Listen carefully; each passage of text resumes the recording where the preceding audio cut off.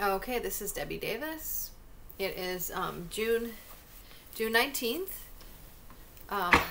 We had some nice Juneteenth celebrations here for celebrating the in the Minneapolis area here. Celebrating the slavery, the freeing of the slaves. I guess this was what this whole holiday is about, and it's kind of interesting because apparently Lincoln signed this emancipation of declaration. It was like the freeing of the slaves in Galveston, Texas, and then apparently they weren't even aware they were free for 2 years later when the federal troops came and told them, by the way, you're free, like 2 years later. They didn't even know they were free. They didn't even know he had signed that. So it's like somebody was trying to suppress that information apparently. But Abraham Lincoln, did a really good thing, and he freed the slavery. But but now it's like we have a different type of slavery going on with this human trafficking. It's happening again. It's a different type of slavery, and so. Anyway, I wanted to show you some printouts of some more information, regarding that subject. Not to be a downer on the whole day, but I wanted to show there's some more information that I found out about Fort Hood, and that I wanted to share because I have talked about that base before, and it's just so dangerous, and it's such a serious situation, and I've been as a targeted individual as a form of slavery too. It's like they just won't let me get ahead. It's beyond being a whistleblower. Yeah, of course it started with that, but it's also within my bloodline. Like they won't the Satanists that have gotten in certain positions in this country. They won't let certain people get ahead. It is like a form of slavery. It's a new form of slavery, and they're, it's and there's nothing about it that's like, I mean, they think they have some kind of legal right, or think they're above us in some way, and they're not, and so they have to be put in line, and that is what I'm trying to convey in these videos of how distorted their thinking is, and they don't have any good intentions for anybody. They haven't been, the Democrats have lied to the black people for years, pretending like they're going to make their life better. I mean, did they ever make the black people's lives better? They're a bunch of liars, and they're a bunch of Satanists, and these are the Democrats. I mean, and they've tried to pretend like, I mean, the only thing Obama did was, hand out like free money and like these free Obama phones or whatever. Well, that's so they could listen to your conversations. There was nothing free about any of that stuff. I mean, and then they just wanted to make the agenda was to purposely make you lazy and dependent on the government. And then they were just going to cut you off completely. At some point, you're just going to cut any of these benefits off. And then what are you going to do? This is not an agenda for your favor. This is an overall agenda of a new world order that wants you to completely dependent on the government, and completely, because they think they need to make all the decisions for us, and they're a bunch of psychopaths. And so hopefully people are waking up that, there was never any kind of, the Democrats never really had any kind of real, positive agenda that they wanted to try to help the black people. I mean, it's, they're in, it's our enemy is not anything to do with race. It's all of our enemies goes all the way up to these Khazarian mafia, and these Zionists. They've turned us against each other, and really our enemies of all of us is the Khazarian mafia and the Zionists. And so so anyway, but I wanted to convey, so there's a lot more soldiers that have been found, and a lot more information about that base, basically in general. Okay, so like in 20 October 11th 2021, you know, some commander was interviewed, Commander Reginald Support Squadron 3rd Cavalry. Okay, this was an article there, and they said last year, at least, this was October 11th 2021, last year at least 39 Fort Hood soldiers just vanished. Oh my God, they just vanished or died, including 13 who died by supposed suicide. Okay, so, and that's the other thing I'm conveying is that we're finding out that some of these soldiers at this base were murdered. Okay, they've been murdered, and it goes deep. Believe me, it is demonic. It is scary. And there's, okay, so there's a total, and then, but since then, you know, there's more information that has come out, and the real number is 146 that have been dead, missing, completely vanished. Okay, so there's 4. I'm sure there's more over the years, but these are just the okay, 2 combat deaths, 4 something. 4 deployment deaths, Afghanistan. 2 combat deaths, Afghanistan. 5 non-combat deaths, Afghanistan. 1 death, suicide, Korea. Okay, 1 homicide, Vanessa Gillen, and 13 homicides off post. Okay, 21 deaths called suicide, 32 found dead or unconscious on post, 32 found dead off post, or no, 16 found dead off post, 17 died in training accidents, 10 died on a motorcycle accidents, 6 died in automobile accidents, 5 died from supposed medical issues, 5 died in emergency something accidents, boating accidents. I'm sorry, I'm trying to read it. 1 died in something comet. 1 let's see, found dead in the barracks building.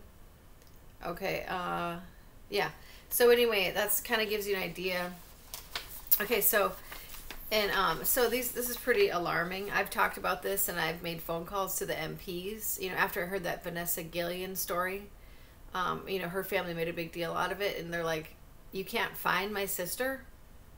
I mean, you know, she vanished, and then they, you know, they find her body. They, you know, 2 months later, and her remains are in some kind of a container. You know, I mean, it's just like, I mean, this kind of stuff. I don't know why more people are just not like totally freaking out. I mean, you can't have your any soldiers stationed there.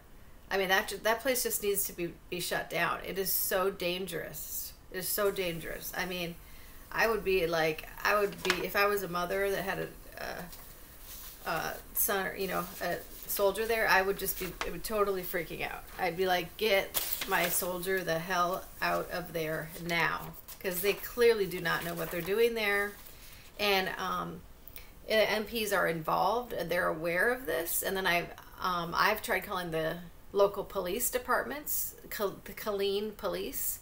They hang up on me. They're in on it, They're all in on it. This is what I'm saying. This is why I keep exposing the police, and why I have no respect for the police. And they have been defunded here, a lot of their funding, because everybody's, you know, I mean, knows that I'm telling the truth. I guess, you know, we're all aware that, you know, you've killed all these people and there's no consequences, you know. So, you know, you think you're immune from the law, but you get to do whatever you want. You can kill us, but then you go free. That doesn't work, okay? It doesn't work. And you're not doing your jobs anywhere in this country. They're just not. And so then come to find out, there's this one girl named Katie Groves that she was born into one of these Illuminati families, and she said, you know, it's an old Nazi death camp in that area. It's an old Nazi death camp in Fort Hood. There's like a map, and she said there's I mean, I've talked about this before. I've sent out an email. I sent out an email when this girl came forward, and she said there's something going on in that area called, I think it's right at Fort Hood or right in that area or somewhere in Texas there, but it's called Uncle Sam's Snuff Factory, and there's basically, you know, it's where they have some kind of underground facility for, you know, killing babies and stuff like that, and taking their organs, and, you know, that whole, like, I mean, and, you know, apparently you can go and adopt a baby or whatever, or, you know, it's like, you know, I mean, some kind of, she has been to these type of facilities. She grew up in some kind of a family where they were going to try to groom her into some kind of a position, but I guess I don't know, they keep some people alive for whatever reason, and then they kill some of them, but she survived somehow and was able to tell the story about this place, and it's called Uncle Sam's Snuff Factory, right there in Texas, somewhere near Fort Hood. And it's yeah, I mean, they're killing children and selling their organs and stuff, and sacrifices and stuff like that go on there. And she had to portray, they made her portray in some of these things, these sacrifice, like, the portray, you know, different acts for them or whatever. I mean, it's just, they're so sick, you know, they're so sick. You can't, I mean, so, I mean, you know, part of me is really glad that I'm out of the military, but I've told the story how I was illegally pushed out in Arizona just for reporting a crime, you know, and after I did 15 years of honorable service with nothing on my record at all, you know, and I didn't even get a medical board like I was supposed to. They didn't do anything. They were just like, pushed me out illegally, you know, I mean, and so, but part of me is glad that I'm out for different things, you know, reasons. You know, I didn't have, you know, wasn't forced to get the, you know, any more vaccines or, you know, jabs or anything. And, you know, with all this crazy stuff coming out about these bases, I feel like they're just so dangerous. You know, these things have to be cleaned up. But I'm also I'm just trying to bring awareness to these bases, but also the human trafficking and how, you know, and the police know these things are going on. Okay, I mean, they know, they're aware in the city there that this is going on. You know, the way they acted towards me when I called, they were very sketchy and hung up on me, and, you know, they're totally aware this is going on. They're part of it. You know, of course they are. It's a huge operation, clearly, when you got that many soldiers, and I think they're probably selling the organs. You know, literally, you got soldiers disappearing, like vanishing, without their bodies ever found. Well, they're probably selling the organs. So, I mean, you know, when we're at this level of evil, it's just like, it's just so off the charts that I just don't even know how to convey like how I just can't ever, I don't feel like I can ever trust the police, you know. I don't feel like I can trust them anywhere. It's not just here. I'm just, you know, it is everywhere. I mean, the police in Texas know this is going on, and they don't do anything about it, you know. So I mean, how can we trust the police that are like this? And then, you know, and then I had just locally I had a situation just you know, a couple months ago where I had some mail missing. Well, that's something I ordered online, and it was like, you know, like $200 item, and it's apparently said that it was left on the steps, but when I got home, it wasn't there. So, you know, I don't know if somebody's in the neighborhood stole it, or if somebody here stole it, or what happened, but it was a federal mail tampering issue, and it was an item that was over $200. Okay, so a federal mail tampering, you have to call the sheriff. So I got a police report and everything, and they told me to file. He gave me a police report, and then you have to go on the Hennepin County website and do some kind of a data request for the police report. And this was like in February. I did this 2 months ago. Requested a police report just for, you know, a mail tampering thing, because I can't get the refund from the company until they give me this police report. Okay, because well, they're requesting. I said, well, I got the citation number or report number, but they said, well, we need the whole report, because that in order for them to investigate to see if they can give me a refund. And so I go in there and they said, you should just be able to log in and get your police report and just download it. I log in and there's nothing in there. And this is 2 months ago now. 2 months ago now. So I tried calling Hennepin County, you know, multiple times. I'm calling, you know, I'm trying to call Hennepin County, you know, yesterday. I mean, data requests, you know, nobody returns my phone calls. Nobody gets back to me. I mean, this is just for a police report. They can't even give us police reports anymore. So, I mean, I just don't understand why, you know, why do we pay these people? That's why I don't feel that we need the police anymore. I just feel like, you know, maybe the social workers can handle various different things if you just need a report, and then the, you know, paramedics and the, you know, firefighters and different things like that can handle different things. But I mean, the police are just, they're too corrupt, and they're part. I mean, they do more harassing of everybody and murdering of people than they do helping people. I just have no tolerance for them anymore, and no respect. And I mean, and it's not just about respect. It's like criminal, very, very serious criminal matters here that aren't being handled. So, I mean, it's very clear that you're just not doing your job. So it's not a personal thing. It's a legitimate criminal matter that, you know, you're not doing your job. So you're not getting paid anymore because you clearly are not doing your job. And, you know, and then there's another thing on this. So I got some of these things from somebody who had it was in some kind of a big long thing on somebody's Telegram or something, like a Telegram channel. And they said there's a tunnel, a big tunnel system under the Denver airport, twice the size of Denver, you know, apparently. Okay. There was a boys ranch out in eastern Colorado near a town called Arama, Colorado. But, you know, and Denver's a huge employer of federal employees.